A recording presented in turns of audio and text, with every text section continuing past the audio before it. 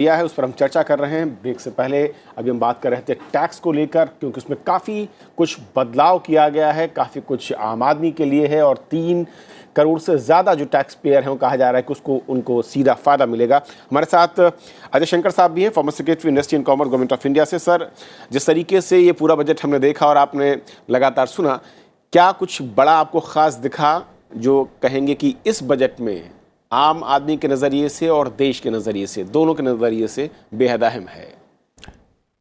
Budget तो bold है, क्योंकि 2.5-2 लाख से सीधे 5 लाख एग्जम्पशन ले जाना बहुत बड़ा कदम है। वैसे किसानों के लिए जो cash transfer, direct benefit transfer, वो भी बहुत बड़ा कदम है। तो बजट तो बहुत बोल्ड है इस मामले में, और जाहिर है कि जिन जिन वर्गों को इससे फ़ायदा होगा वो इसका बहुत स्वागत करेंगे। और उनको बहुत सालों से उम्मीद थी कि इनकम टैक्स के जो स्लैब्स हैं उनमें कुछ राहत मिले, क्योंकि इन्फ्लेशन से रियल इनकम्स तो उतनी बढ़ी नहीं है, तो इसलिए इससे बहुत राहत मिलेगी और इसका बहुत स्वागत होगा। जहाँ तक किसानों का सवाल है, ये तो एक देश में वातावरण बन रहा था जहाँ की ऐसे निर्णय की आवश्यकता थी। कुछ राज्यों ने इस तरफ कुछ कदम भी उठाए थे, तो ये एक बहुत बड़ा कदम है। लेकिन आने वाले समय में जब रेगुलर बजट का समय आएगा जी, तो सरकार के लिए आवश्यक होगा कि कृषि क्षेत्र में गहराई से सोचकर एक नई नीति ले आए कि हम जिस एक स्टेबल इक्विलिब्रियम है कि हम फर्टिलाइज़र पे भी सब्सिडी देते हैं, फूड पे भी सब्सिडी देते हैं, बिजली पे भी सब्सिडी देते हैं, और अब ये भी सपोर्ट देंगे, और उसके बावजूद भी हमारा जो किसान है वो बहुत खुश नहीं हो पा रहा है। तो एक नई रणनीति की ज़रूरत है और उस पर एक विचार की ज़रूरत है कि हम राहत तो हमने दे दी, लेकिन अब क्या करें कि अब इस राहत की आइंदा आवश्यकता न पड़े। क्योंकि जो बहुत बड़ा फैसला हो रहा है राज्यों में कि कृषि का लोन माफ़ किया जा रहा है, तो वो हर 5 साल तो नहीं हो सकता। तो एक गुणात्मक परिवर्तन की ज़रूरत है कृषि के क्षेत्र में, और नई सरकार को इस पर विचार करके बड़े फैसले करने होंगे। लेकिन आज की तारीख में तो आज के बजट के बोल्ड फैसले हैं, इसका जाहिर है स्वागत होगा। Richa, on staying on the farmers and agriculture only specifically, as Ajay ji also pointed out, this was one sector which was crying out for help, and that is why a lot of focus in the interim budget on the agriculture sector, specifically the small and marginal farmer. One, this direct benefit transfer scheme. Two, the government has also ensured that the allied agri sectors, the animal husbandry, fisheries, there's going to be a separate department. There's a Rashtriya Kamdhenu Ayog also being set up. Interest subvention scheme also is there for farmers. So all this in nutshell will provide a lot of impetus to the agri sector and help those farmers who are in need. Yes, if all these measures that have been announced are implemented with efficiency on a timely basis, it will definitely provide relief, because income generation in agriculture and allied activities is the biggest problem. So our production has increased. He mentioned some data about how we are 5th largest, 6th largest in the fisheries production. Even in agriculture commodities, our production has increased. The problem has been that they are not remunerative. So income support is required, but it has to be targeted, it has to be efficient, it has to be timely, and it has to come with supply side reforms. Because unless the farmer is able to ultimately get the right market price backed with cold storage solutions where he can, if there is excess production, you can save it. So unless these kind of solutions are put in place, anything that we do will fall short after some time. So today, X amount of support is being given. 2 years later, this will also not be sufficient if there are no supply side reforms that are undertaken. Okay. तो शेर, 2 चीज़ें और, जो किसानों की बात की गई, इसके अलावा फिशरीज़ का एक अलग डिपार्टमेंट बनाने की बात, और उनको जो दूसरे किसान हैं उसके बराबर खड़ा करने के लिए जो पैरामीटर्स थे, चाहे किसान क्रेडिट कार्ड के हो वो, और इसके अलावा टैक्स छूट, ये सब कुछ जो देने की घोषणा हुई है, इसे आप कैसे देखते हैं और उसका इम्पैक्ट एग्रीकल्चर के साथ साथ जो सपोर्टिंग दूसरा उससे जुड़ा हुआ सेक्टर है उसको ज़्यादा मैं कहूँ कि प्रायोरिटाइज करने की ज़रूरत है, उसकी तरफ सरकार बढ़ती दिख रही है कि जो किसान है वो एग्रीकल्चर के साथ साथ वैल्यू एडिशन या उससे जुड़े दूसरे जो धंधे उसकी तरफ रुख करें? बिल्कुल, देखिए, किसान केवल किसानी पे टिका रहे और वो केवल सोचे कि मुझे खेत में हल चलाना है और उससे सब कुछ हो जाएगा, अगर हमारी ये सोच है तो इसे बदलने की ज़रूरत है।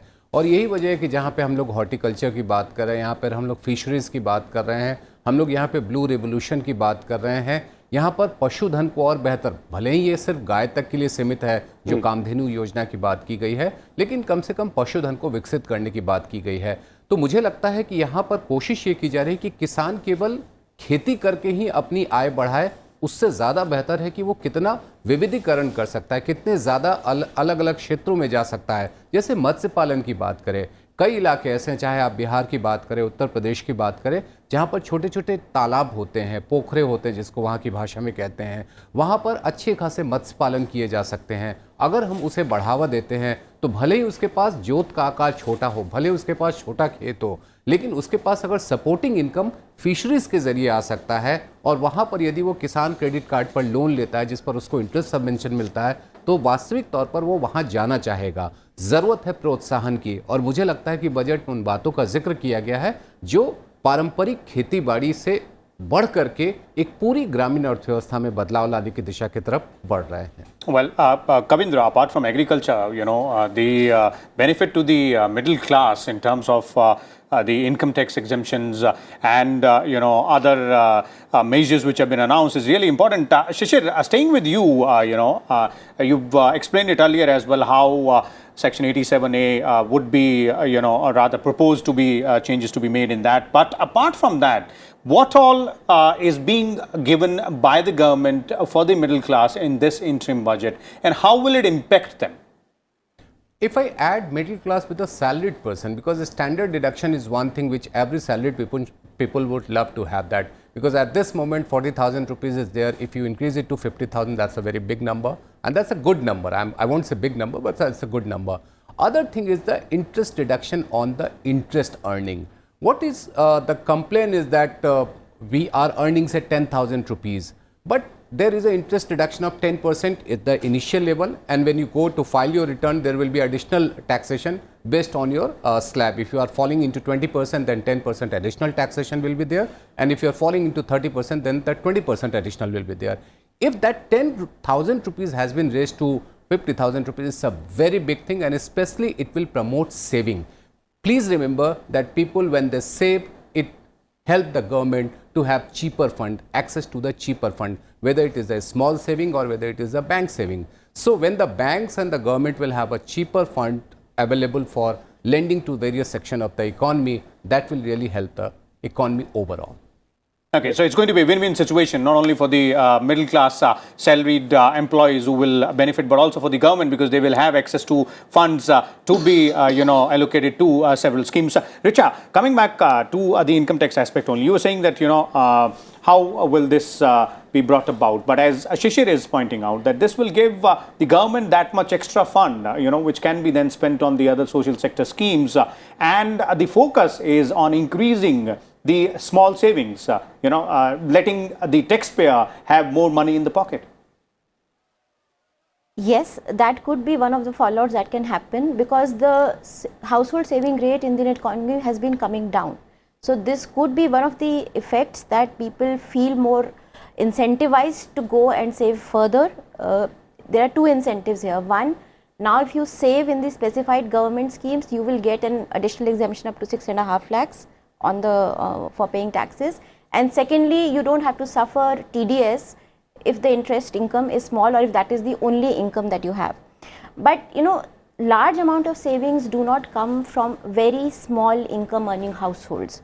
So easing of the TDS exemption limit helps to give a procedural relief to those very small income households, which is welcome. So to encourage the savings rate in the economy, some more measures, for example, now this is counterproductive. If the interest rates go up, so people will save more if the interest rates on the PF and the small saving schemes and the bank deposits go up.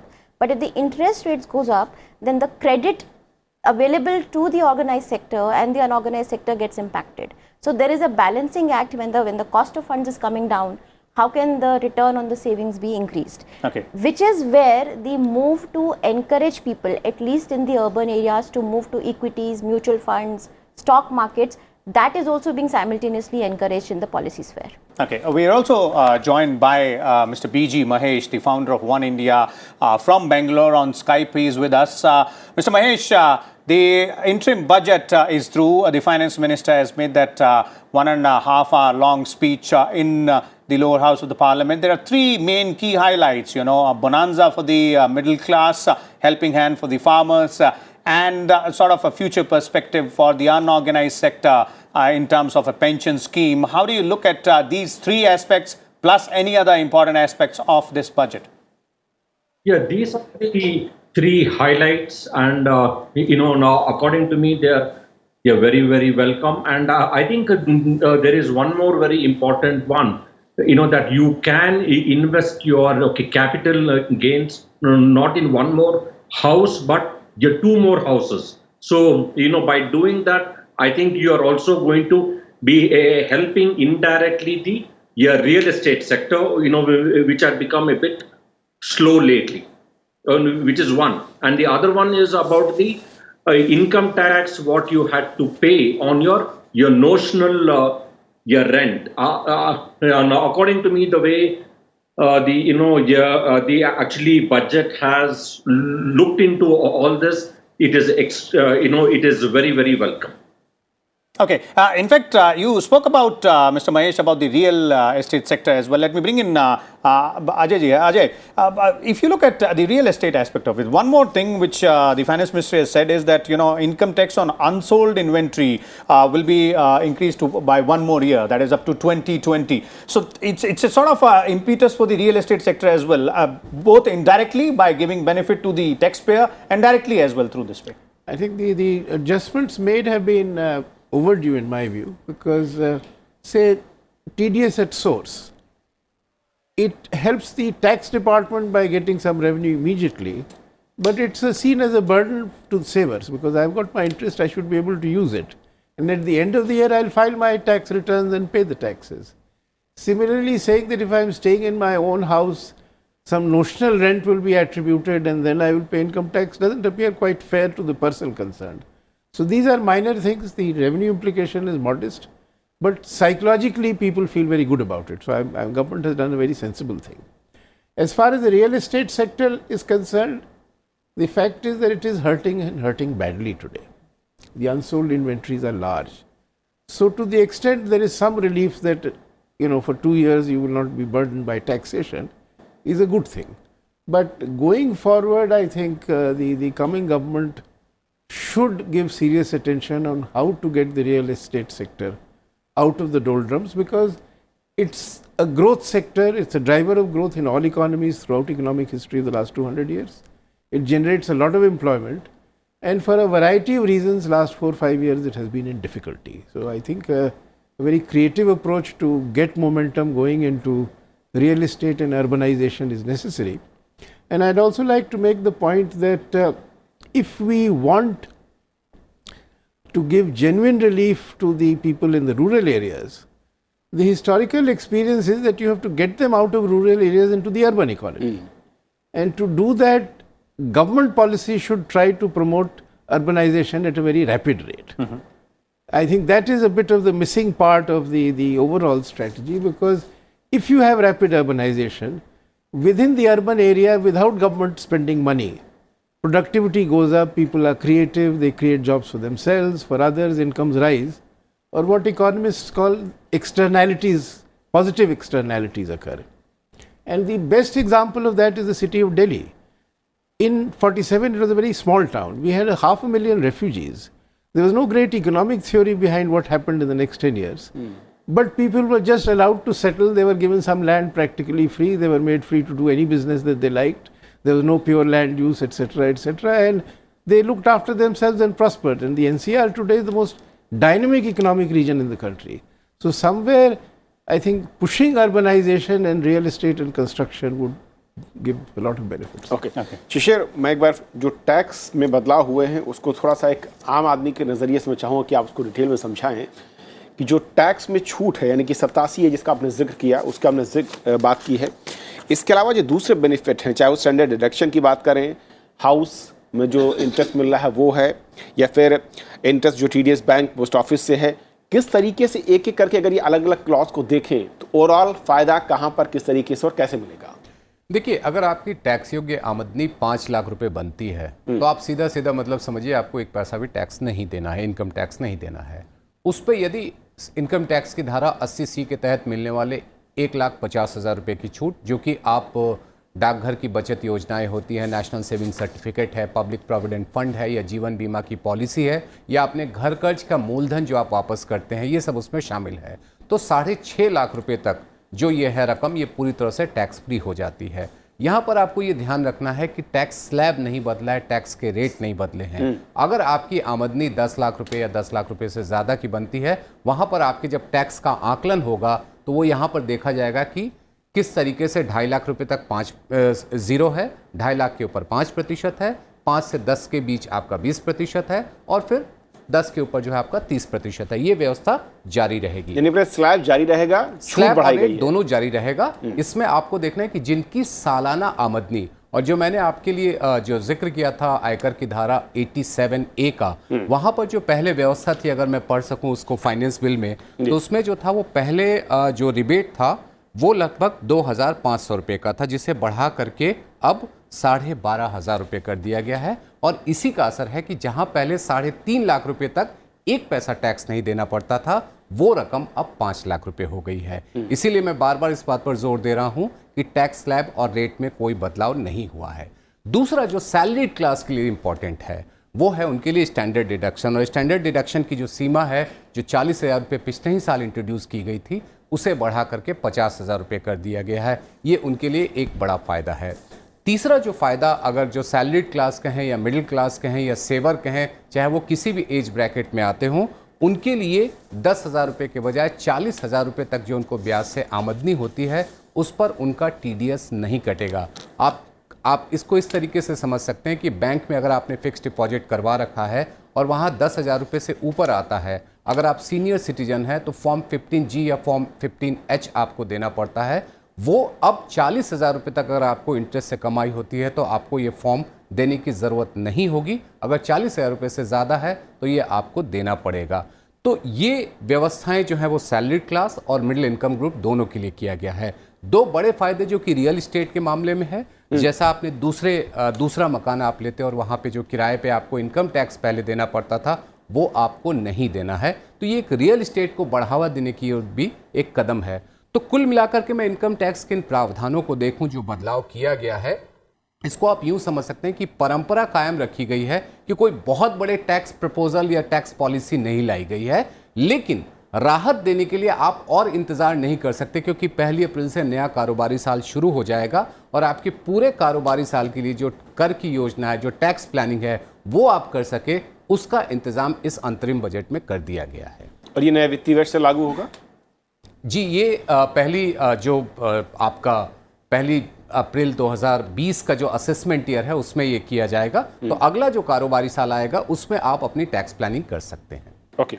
और इस वक्त हमारे साथ mister Ajay Durrani हैं, MD कोएस्ट्रो India से। दुरानी साहब, जो budget हमने देखा है, सबसे पहले तो आपका रिएक्शन चाहूँगा कि इस बजट में क्या वो बड़ी बातें हैं जो आपको बेहतर लगी हैं, अच्छी लगी हैं, क्या ख़ास दिखा है? Thank you very much. I think one of the things which we all know that this will be an election year for all of us, और जो गवर्नमेंट की तरफ से जो impetus दिया जा रहा है, I think I must compliment our Mr. Goyal right now. उनका विजन जो to make India a 5 trillion economy in 5 years and 10 trillion economy in next 10 years time or 8 years time is a very welcome step, which will generate a lot of opportunities for the country like India. And one of the things which I really admire, because उन्होंने जो GST implementation किया था, and they want to bring more and more transparency into the whole system. And I think talking about digital India is one welcome step which I really admire. And I think that is going to help to minimize all the obstacles. जितने भी problems आती हैं tax filing में, वो I think it is going to go off quite significantly. I think one of the things which they have been able to do for the last 4 years is quite remarkable in containing the inflation, which I always I really concur with Mr. Goyal he said that inflation is another sort of a tax which they have now contained into roughly 4.6%. I think these are burdens which are normally levied on a common person. If we are trying to control that, I think that is quite a good step. Talking about the relief to the common man in terms of income tax, and I think that is quite substantial. Now we always have a chicken or an egg story, whether the industry can benefit and if we provide some impetus, or a common man who has a now more available income and then he can further spend and bring back to this the whole economy. I think that these are some of the things which are going to definitely help in terms of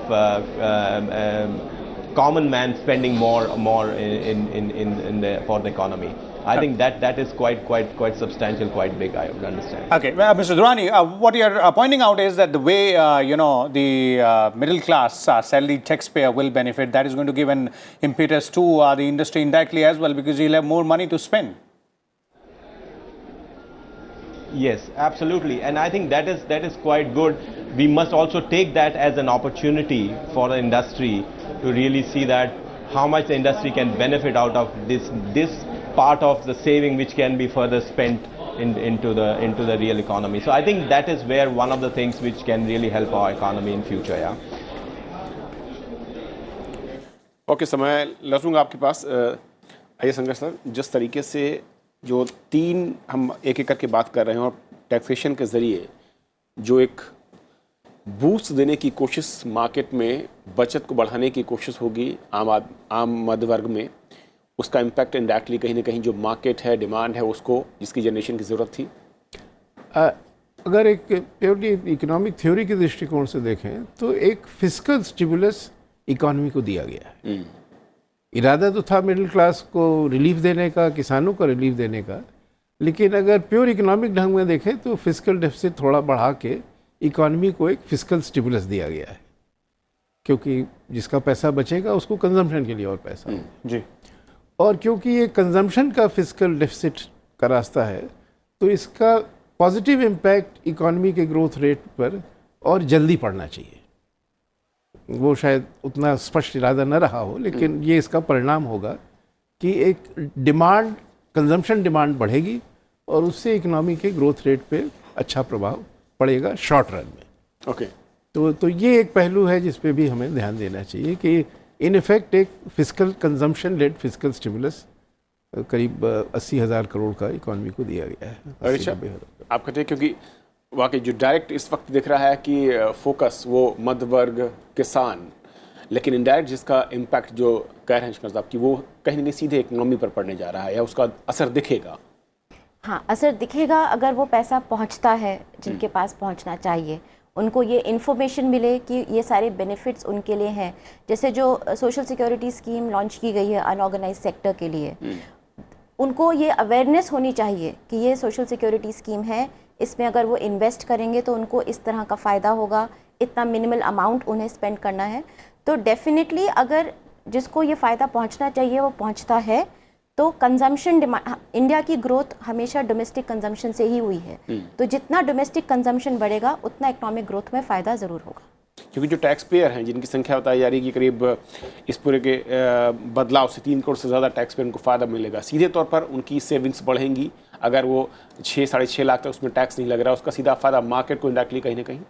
हाँ, consumption demand में उनकी savings से या तो savings में rate में वृद्धि होगी या कंजम्पशन डिमांड में इंक्रीज होगा, तो दोनों तरीके से इकोनॉमी को फ़ायदा होगा। वो कितना परसेंटेज इंक्रीज में ट्रांसलेट होगा, कितनी जल्दी होगा, that we have to see, क्योंकि this is applicable from assessment year 2020. Well, the Union Minister Arun Jaitley has tweeted on the Union budget saying that the budget is complimented the Finance Minister Piyush Goyal for delivering an exemplary budget. In fact, it was the Union Minister Arun Jaitley who was supposed to go ahead and present that budget, but due to ill health, finally the finance portfolio was moved to Piyush Goyal, and Piyush Goyal presented that budget today. Middle class की बात की है। उन्होंने कहा कि 2014 से लेकर 19 तक सरकार के जो बजट थे वो मध्य वर्ग को ध्यान में रखकर फोकस में रखा गया है और प्रो ग्रोथ, फिजिकल, प्रूडेंट और प्रो फार्मर जो है वो बजट 2019 का है। He has also said that the budget expands spending while pragmatically sticking to fiscal prudence. And it's also saying that between 2014 and 2019, that's the 5 years of the NDA government, every budget has given significant relief to the middle class. As we have seen in the budget, the focus, once again, one of the focus areas, rather the main focus areas, was the middle class who got benefit in terms of tax exemption in several aspects. शिशिर, जिस तरीके से हम बात कर रहे थे कि जो अगर हम सिर्फ टैक्स वाले सिस्टम को देखें, डायरेक्ट इम्पैक्ट टैक्स पेयर पर है, मध्य वर्ग पर है, उसको लग रहा है उसको एक बड़ा फ़ायदा हो रहा है, इससे होगा। लेकिन इनडायरेक्ट अगर इसके इम्पैक्ट को देखें इकनॉमी पर, ये कैसे असर डालेगा, कैसे ये बूस्टर के तौर पर काम करने की कोशिश करेगा। जैसे कि कह रहे हैं शंकर साहब की इसका असर काफ़ी जल्दी दिखेगा जो दूसरे कदम उठाए जाते हैं। आप इसको जीएसटी से भी देख सकते हैं। देखिए, जीएसटी में जिस तरह से दरों में कटौती की गई और उसके बाद हम ये उम्मीद कर रहे हैं कि वहाँ से कंजम्पशन डिमांड जो है वो बढ़ेगा। और दिसंबर के जो माफ़ कीजिएगा जनवरी में जो जीएसटी के आंकड़े आए हैं जो कल ही जारी किए गए थे वो लगभग 1 लाख करोड़ का है। तो ये इस बात की ओर दर्शाता है कि अगर रेट कम हुआ है तो उससे डिमांड बढ़ी है। अब आपको 6.5 लाख रुपए तक अगर एक भी पैसा टैक्स नहीं देना पड़ रहा है तो जाहिर सी बात है कि आपके जेब में ज़्यादा पैसे होंगे खर्च करने के लिए, यानी कि बाज़ार आप जाना पसंद करेंगे, बाज़ार में चीज़ें खरीदना पसंद करेंगे और जो डिमांड आपने लंबे समय से पोस्टपोन कर रखी थी, आपने उसको रोके रखा था, शायद आप उसे पूरा करना चाहेंगे। तो मुझे लगता है कि एक बेहतर समय है बाज़ार के बढ़ने का। और दूसरी एक और बात, गडकरी केंद्रीय मंत्री कुछ कह रहे हैं, आई सुन लेते हैं बजट पर। डायरेक्ट कुछ ना कुछ बेनिफिट मिलेगा, ऐसा ये बजट है। निश्चित रूप से जनता इसका स्वागत करेगी और हमारे मोदी जी के नेतृत्व में हमारे सरकार का ये सबसे अच्छा बजट जो आया हुआ है, निश्चित रूप से जनता इसको सपोर्ट भी करेगी और इसका समर्थन भी करेगी और इन लोगों को एक राहत मिली है, इसका बहुत मुझे खुशी है। मैं पीयूष गोयल जी का अभिनंदन करता हूं, उनको बहुत बहुत शुभकामनाएं और शुभेच्छाएं देता हूं।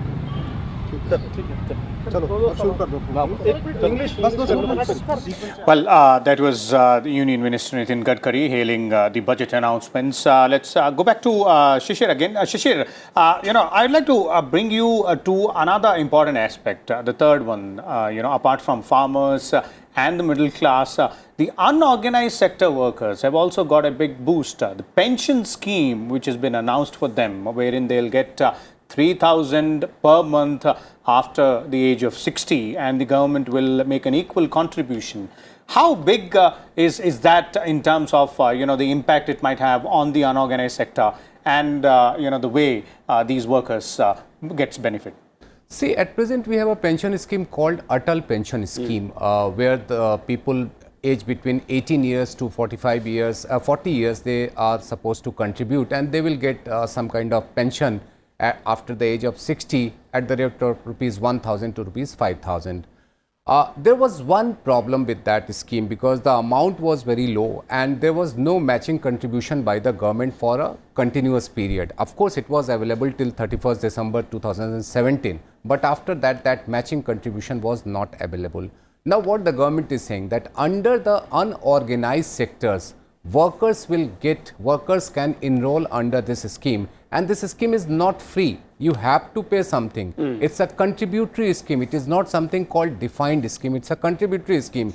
Please remember that there is a scheme called NPS, which is also contributory scheme for the government of employees.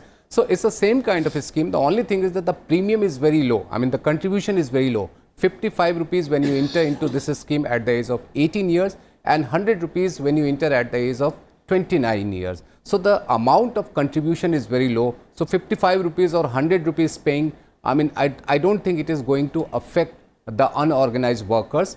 The good thing is that government will make matching contribution, and that will encourage more and more people to come under this scheme. You should also remember that there are two schemes for the insurance, that Pradhan Mantri Jeevan Jyoti Bima Yojana and Pradhan Mantri Durghatna Bima Yojana. So these schemes for the insurance facilities are able. Now there will be a pension scheme, and there is also Atal pension scheme. So you have whole lot of things, a whole lot of schemes are available. You can choose any of them. So several options for the workers of the unorganized sector, but this being a very important one since the government is going to make equal contributions. Ajay, you believe this is an important benefit which the unorganized sector workers were waiting for? No, this is a very major step along with the healthcare Ayushman Bharat. Ayushman Bharat. Because I think India is finally beginning to take the steps in the right direction for creating a proper social safety net. We were far too poor to think of it till now, but now the time has come when we should take a deep breath and provide the full social safety net in the coming years. And there was a mention of that in the budget speech also. So I think this should be welcomed, and we hope that in the years to come, the budgetary resources of the government would permit it to move more aggressively on this. I mean, one has to realize that a full social safety net has been in place in the developed countries for a very, very long time. And one fact which is not so widely known in India is that the social safety net to provide for old age pension, healthcare in case of illness, and for unemployment. All three were introduced in Germany in the late 1880s by Chancellor Bismarck, not because he was a socialist, but he wanted Germany to modernize and industrialize and become a great power. So a good social safety net is a building block for success. And I think it's time we moved in that direction, and this is a welcome first step. लेकिन यहाँ पर दो चीज़ें जो आती हैं hurdles के तौर पर देखा है, क्योंकि स्ट्रक्चर जिस तरीके का है, राज्य और केंद्र के बीच में वित्तीय बंटवारा है। ये जो स्कीम सरकार ने इस बार अनाउंस की है, इसमें पूरी की पूरी सेंट्रली स्पॉन्सर्ड है, पूरा पैसा सेंटर दे रही है। वित्तीय जो इस वक्त जटिलताएं या फिर मैं कहूँ कि जो दायरा है, सीमाएं हैं, उसके रहते इस तरह की स्कीम को अमल पर लाना और राज्यों की भूमिका को लेकर, राज्यों की भूमिका तो रहेगी, और जो सोशल कोड्स बने हैं उसमें तो है कि राज्य सरकार और केंद्र सरकार मिलकर काम करेंगे। आयुष्मान भारत में भी ऐसा है। जी सर, मैं 1 मिनट आपको रोकना चाहूँगा। इस वक्त केंद्रीय मंत्री राजनाथ सिंह बजट पर प्रतिक्रिया दे रहे हैं। ऐतिहासिक बजट इसे मैं मानता हूँ।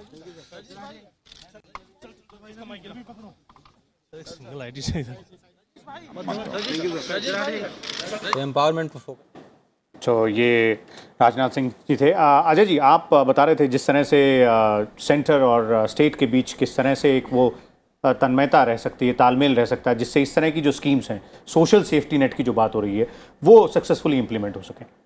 और मेरा मानना है और उम्मीद है कि आने वाले वर्षों में हम इसमें बहुत तेज़ी से आगे बढ़ेंगे, और ये मान के चलेंगे कि इससे आर्थिक विकास की भी गति बढ़ेगी, देश की तरक्की भी और तेज़ी से होगी, और जैसे जैसे तरक्की होगी या ग्रोथ रेट्स हमारे बढ़ेंगे तो टैक्स रेवेन्यूज़ भी बढ़ेंगे।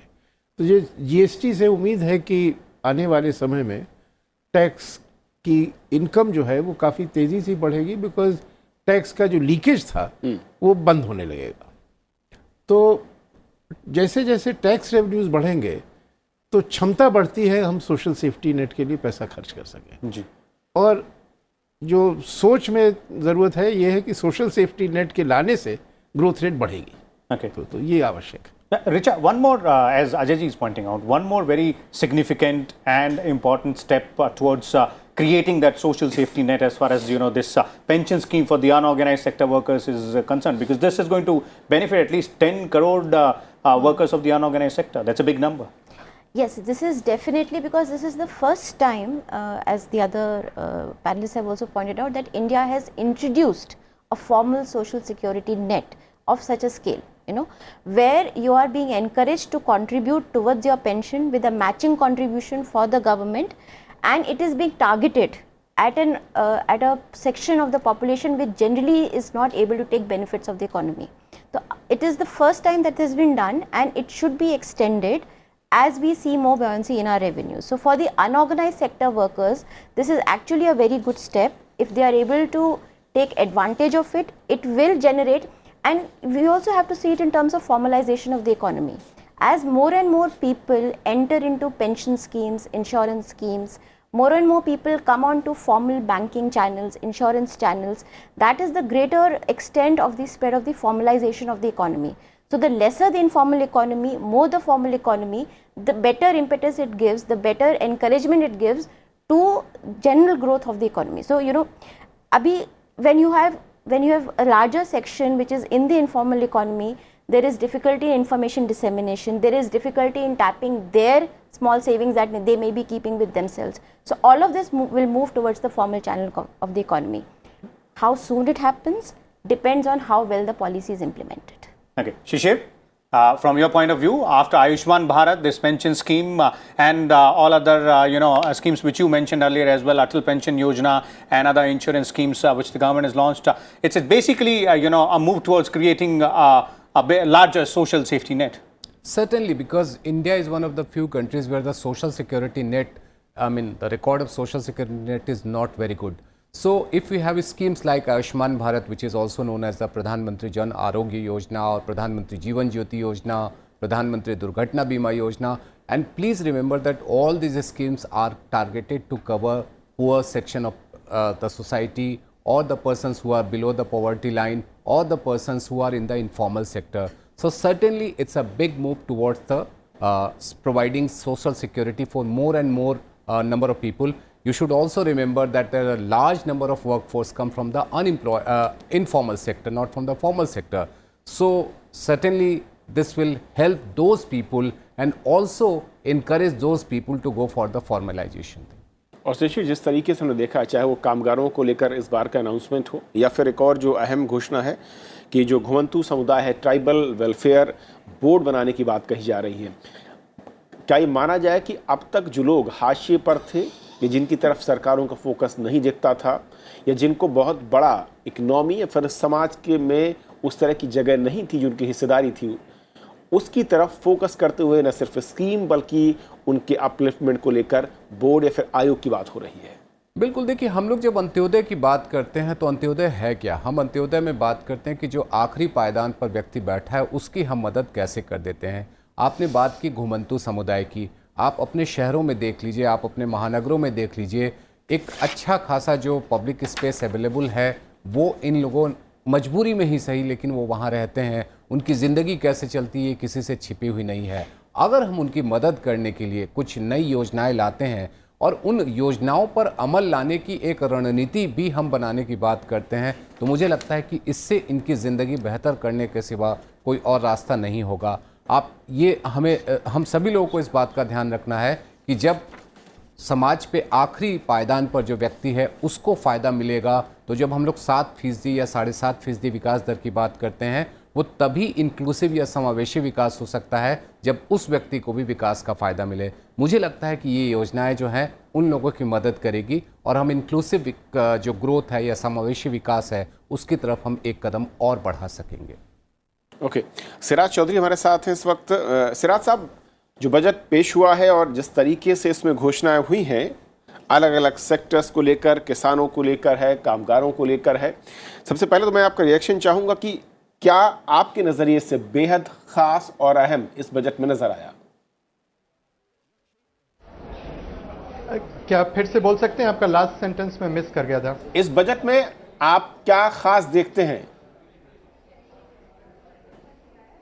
इस बजट में एक कोशिश की गई है कि जो भी योजनाएं लाई गई हैं उनमें ऐसी हैं जो ज़्यादा से ज़्यादा लोगों को टच कर सकें। तो चाहे वो किसान इनकम की योजना है या 5 लाख के नीचे टैक्स माफ़ करने की योजना है या कुछ और योजनाएं हैं जो TDS से रिलेटेड हैं, बैंक इंटरेस्ट पे, ऐसी बहुत सी छोटी छोटी चीज़ें हैं जिनका टारगेट जो है वो एक बहुत large section of the population है और जो कि एक नॉर्मल एक्सपेक्टेशन भी होना चाहिए एक इलेक्शन ईयर के बजट में कि सरकार चाहेगी कि ज़्यादा से ज़्यादा वो अनाउंसमेंट करे, वो योजनाएं लाए और दिखाए जो ज़्यादा से ज़्यादा लोग जिससे प्रभावित हो सकें। तो इस तरह से ये एक इलेक्शन बजट है और यही उम्मीद भी की जा रही थी। बहुत सी चीज़ें जो इसमें बताई गई हैं उनकी शायद आप अगर पिछले 4-5 दिनों से मीडिया को फॉलो करें, लोगों के रिएक्शंस पढ़ें तो ये एक्सपेक्टेशन भी थे कि इस बजट में किसानों के लिए कुछ किया जाएगा या मध्यवर्गीय लोगों के लिए कुछ किया जाएगा।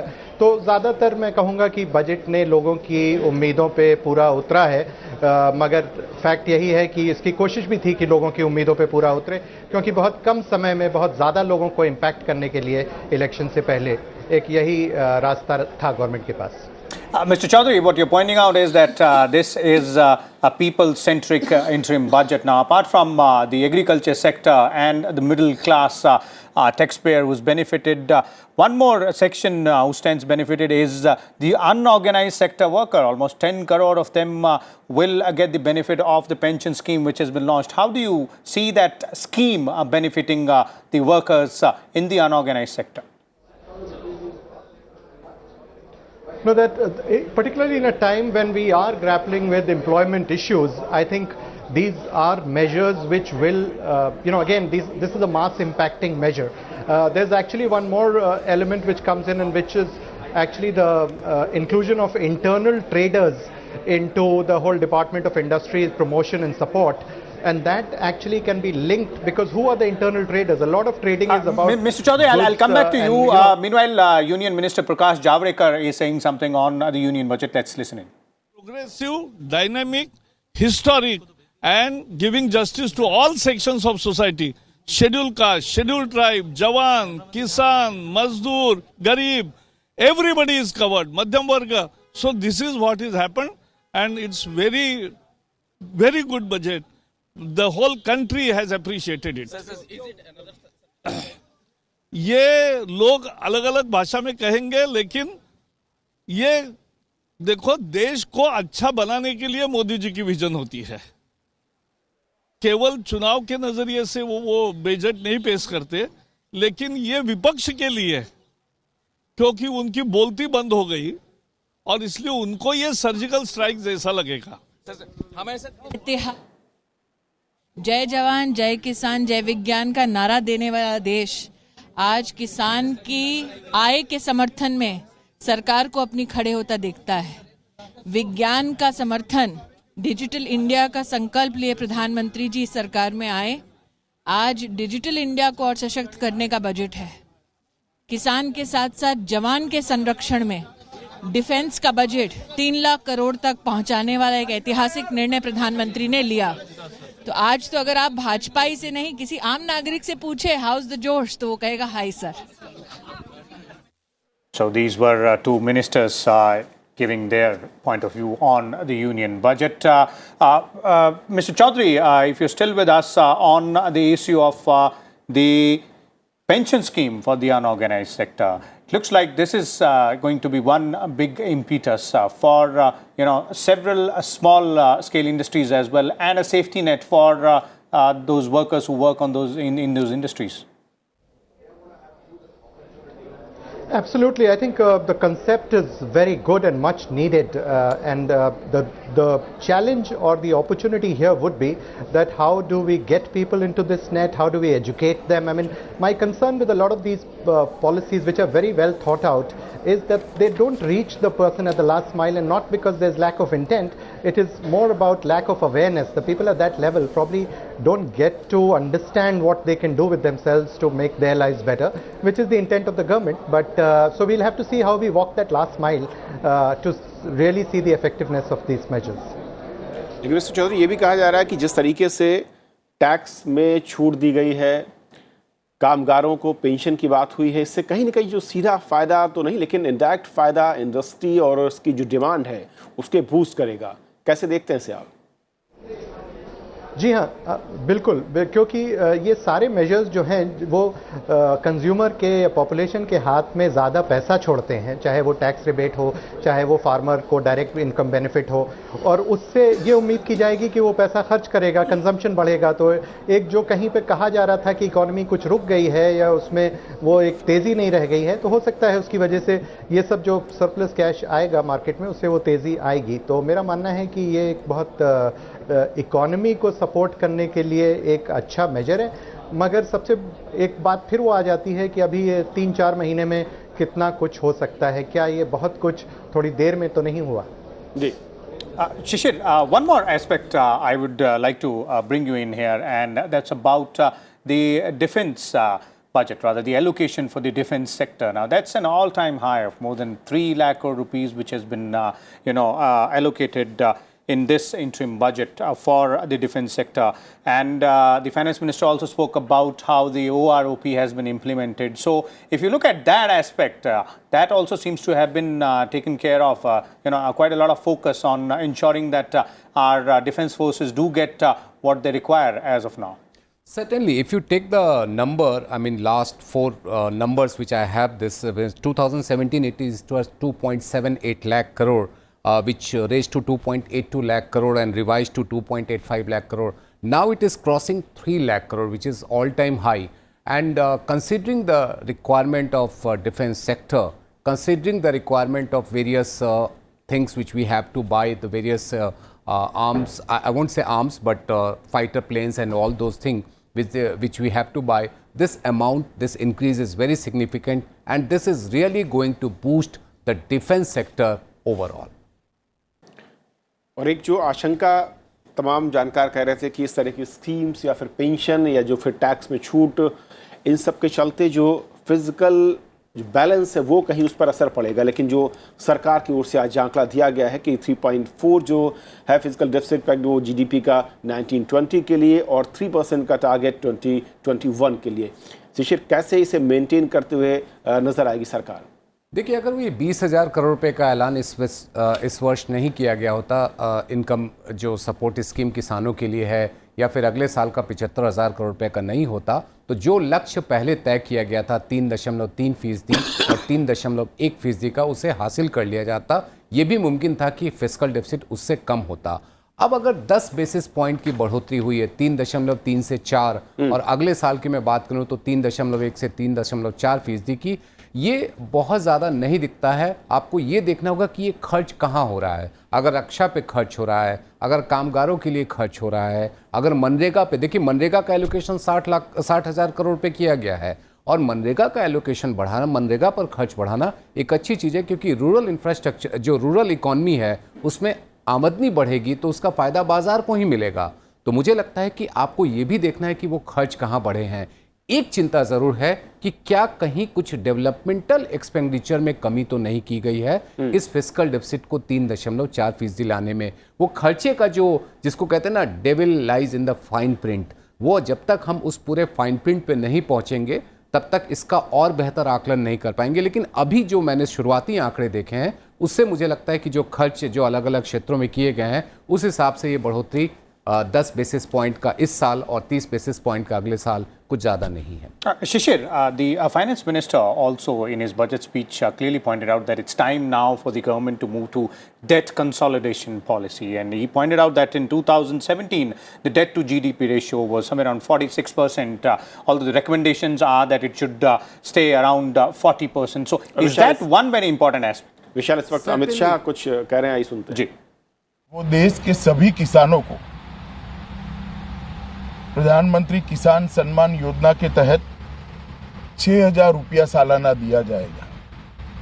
2,000 की 3 किस्तों में ये 6,000 रुपया हर किसान के पास पहुंचेगा, और इसके कारण सरकार करीब 75,000 करोड़ रुपये का बोझ सहन कर किसान भाइयों के मदद के लिए खड़ी रहेगी।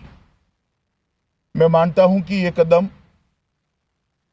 किसान की आय दोगुना करने में बहुत उपयोगी होगा, क्योंकि जो किसान बैंक से ऋण नहीं लेते हैं उनको भी ये फायदा होने वाला है। बैंक के कर्ज की माफी सिर्फ एक बार होती है। बैंक के कर्ज माफ करने से उन्हीं किसानों को फायदा होता है जो ऋण लेते हैं। देश के करोड़ों किसान ऐसे हैं जो ऋण नहीं लेते हैं, करीब 50% किसान ऐसे हैं जो ऋण नहीं लेते हैं, उनको तक भी ये फायदा पहुंचेगा, और ये फायदा हर साल पहुंचेगा। ये योजना है, जैसे मनरेगा हर साल होती है इसी तरह से ये योजना हर साल रहेगी। तो मैं मानता हूं एक लंबे समय के लिए किसानों को सहायता देने की ये योजना देश के हर गरीब किसान के लिए, छोटे किसान के लिए बहुत, उनको इनपुट्स के लिए, किसान को खेती की शुरुआत करने के लिए बहुत मददरूप होगी। इसके साथ कामधेनु संवर्धन आयोग बनाकर प्रधानमंत्री जी ने गौ संवर्धन के लिए बहुत बड़ा कदम उठाया है। हमारे संविधान के मार्गदर्शक सिद्धांतों में गौ संवर्धन और गौ संरक्षण दोनों प्रमुख रूप से उल्लेखित किए गए हैं। गायों की नस्ल को सुरक्षित करना, उसको बढ़ावा देना, गौशालाओं का निर्माण करना, अनेकविध गौ संवर्धन के उद्देश्यों को एक कामधेनु संवर्धन आयोग पूर्ण करने में सहायता करेगा। और हमारी सनातन संस्कृति में चाहे पूज्य बापू हो या विनोबा भावे, सबने गाय के महत्व को हमारे समाज जीवन में, हमारे अर्थ जीवन में स्वीकारा है और प्रधानमंत्री जी ने कामधेनु संवर्धन आयोग से इसको बल देने का काम किया है। किसान क्रेडिट कार्ड में समय पर भुगतान करने पर कुल 2 और 3 ऐसे 5% की रियायत देकर एक बहुत बड़ी और राहत समय पर भुगतान करने वाले किसानों को दी है। मैं मानता हूं ये बहुत बड़ी बात है। देश के जीडीपी में बहुत बड़ा योगदान करने वाले मछुआरा समुदाय के लिए भी मत्स्य पालन विभाग को अलग से बनाकर एक नई शुरुआत भारतीय जनता पार्टी की नरेंद्र मोदी सरकार ने की है और देश के करोड़ों मछुआराओं के कल्याण के लिए ये मत्स्य पालन विभाग अब सीधी कामगिरी करेगा। इससे मछुआरों का कल्याण करने में सहायता होगी। प्रधानमंत्री श्रमयोगी मानधन योजना देश के लगभग 10 करोड़ से ज्यादा गरीब श्रमिकों को 60 साल की आयु के बाद 3,000 रुपये का पेंशन, जिसमें उनके जितना ही कंट्रीब्यूशन भारत सरकार करेगी, ये बहुत बड़ी रियायत देने वाला है।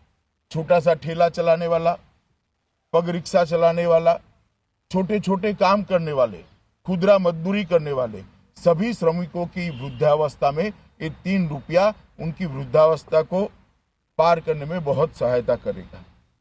संगठित क्षेत्र के मजदूरों के लिए भी बोनस और बोनस मिलने की पात्रता दोनों को बढ़ाकर एक बड़ी राहत देने का काम भारतीय जनता पार्टी की नरेंद्र मोदी सरकार ने किया। घुमंतु समुदाय के लिए भी एक आयोग बनाकर घुमंती जातियों के कल्याण के लिए अब सीधा काम करने का एक जरिया भारत सरकार ने इस बजट में शुरू किया है।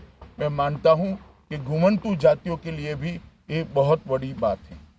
1 लाख गांवों को डिजिटल करने का जो फैसला लिया है, उससे गांवों के अंदर रोजगारी भी बढ़ेगी, गांव और शहर का अंतर भी कम होगा, गांव की शिक्षा में भी सुधार होगा, गांव के स्वास्थ्य में भी सुधार होगा और गांव को सेल्फ सफिशिएंट बनाने में ये गांव को डिजिटल करने का जो फैसला लिया गया है, मैं मानता हूं ये बहुत बड़ा फैसला है और इसके लिए हम नरेंद्र मोदी जी को पार्टी की ओर से बधाई देते हैं। मित्रों, भारत की आजाद होने के बाद रक्षा क्षेत्र के लिए सबसे बड़ा प्रावधान इस बजट के अंदर किया गया है। सबसे बड़ी राशि इस बजट के अंदर प्रोवाइड की गई। प्रधानमंत्री जी ने यह कर देश की रक्षा के लिए नरेंद्र मोदी सरकार का जो कमिटमेंट है उसको प्रदर्शित करने का काम किया है। मैं मानता हूं कि पहले 1 रैंक 1 पेंशन और ये रिकॉर्ड राशि बजट के अंदर जो प्रोवाइड करी है, इसके माध्यम से देश की रक्षा को सुनिश्चित करने का काम किया है। नॉर्थ ईस्ट के विकास के लिए पहले दिन से सरकार कटिबद्ध है।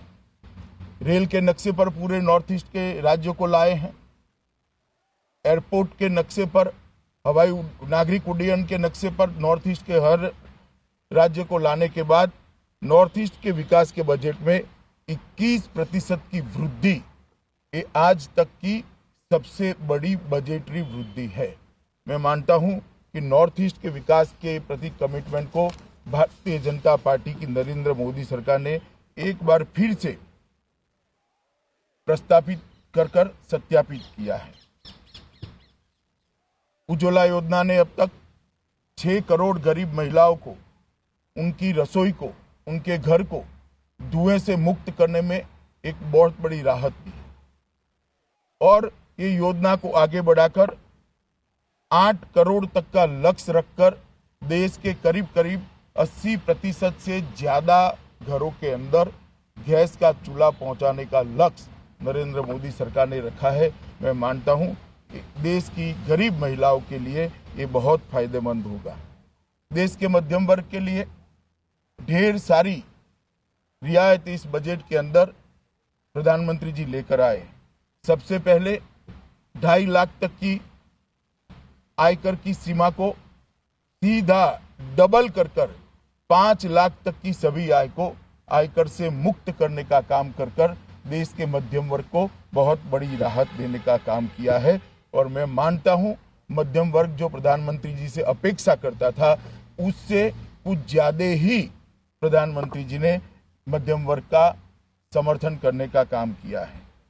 और जो निवेश कर पाएंगे, निवेश करना चाहते हैं, ऐसे सभी करदाताओं को अब 6.5 लाख रुपए तक कोई टैक्स देने की जरूरत नहीं है।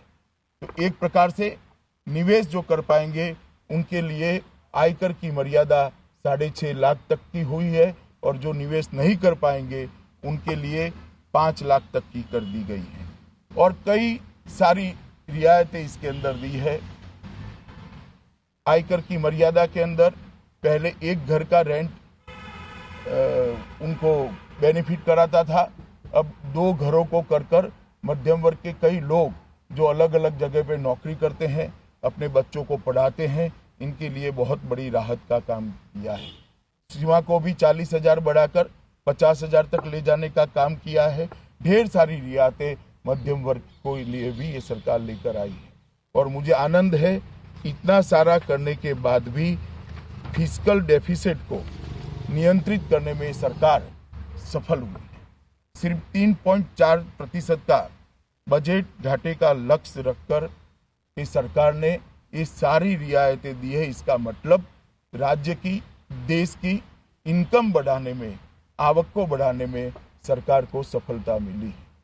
डिसिप्लिन, फाइनेंशियल डिसिप्लिन के सभी 4 कॉर्नर्स को मेंटेन किया गया है और मैं मानता हूं इसके कारण महंगाई की दर जो अब तक 5 साल में कंट्रोल रखने में भारतीय जनता पार्टी की नरेंद्र मोदी सरकार को सफलता मिली है, अगले साल भी महंगाई की दर नियंत्रित होगी। मित्रों, ये बजट एक सर्वांगीण बजट है। ये बजट विकास को गति देने वाला बजट है। ये बजट रोजगारी का सृजन करने वाला बजट है। ये बजट लघु उद्योग को उत्तेजन देने वाला बजट है, क्योंकि उनकी बैंक के लोन में भी 2% ब्याज की छूट कर दी, रियायत दी गई है। पहले 40 लाख तक की रजिस्ट्रेशन जीएसटी को 40 लाख के कारोबार तक फ्री कर दिया गया और अब उनकी लोन में 2% की रियायत देकर लघु उद्योगों को भी बहुत फायदा देने का काम भारतीय जनता पार्टी की मोदी सरकार ने किया है, जो देश में रोजगारी का सृजन करेगा, देश के किसान को इनपुट्स के समय जब उसको चाहिए तब मदद देकर इसके उत्पादन को बढ़ाने में मदद करेगा, देश की गौ माता को संवर्धित और संरक्षित करने के लिए कामधेनु आयोग अपनी तरह से काम करेगा। घुमंती जातियों के लिए भी एक अलग आयोग बनाया गया है। मछुआरों के लिए भी एक प्रकार से उनकी विकास को सरकार ने प्रायोरिटी देने का काम किया है। समाज के हर वर्ग को बजट के अंदर समाहित कर फाइनेंशियल डिसिप्लिन को भी मेंटेन रखने का काम सरकार ने किया है। इस बजट का मैं पार्टी की ओर से स्वागत करता हूं और इस बजट के आधार पर देश के विकास को जो प्रधानमंत्री जी ने गति दी है, दुनिया में 6ठे नंबर की अर्थव्यवस्था हम बने हैं, दुनिया में सबसे तेज गति से बढ़ता अर्थतंत्र बने हैं। उसी रफ्तार को अगले वित्तीय साल में भी हम चालू रख पाएंगे, इस भरोसे के साथ फिर से देश के वित्त मंत्री पीयूष गोयल जी और देश के प्रधानमंत्री नरेंद्र मोदी जी को मैं पार्टी की ओर से बहुत बहुत बधाई देता हूं। धन्यवाद।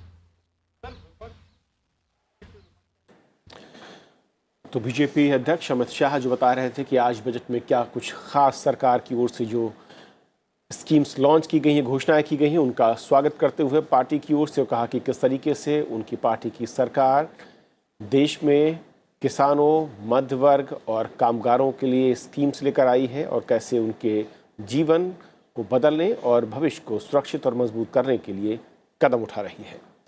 और ये लगातार चर्चा जारी है। कुछ और ख़ास मेहमानों के ज़रिए हम समझेंगे अगले 1 घंटे में कि जो बड़ी स्कीम्स, बड़े कदम उठाए गए हैं, उनका असर क्या है, किस तरीके से ये हालात को बदलने वाले हैं और उसका अर्थ नीति यानी कि अर्थशास्त्र जो है वो क्या है और देश की इकोनॉमी पर इसका इम्पैक्ट कैसे और कितना दिखेगा। ब्रेक के उस पार।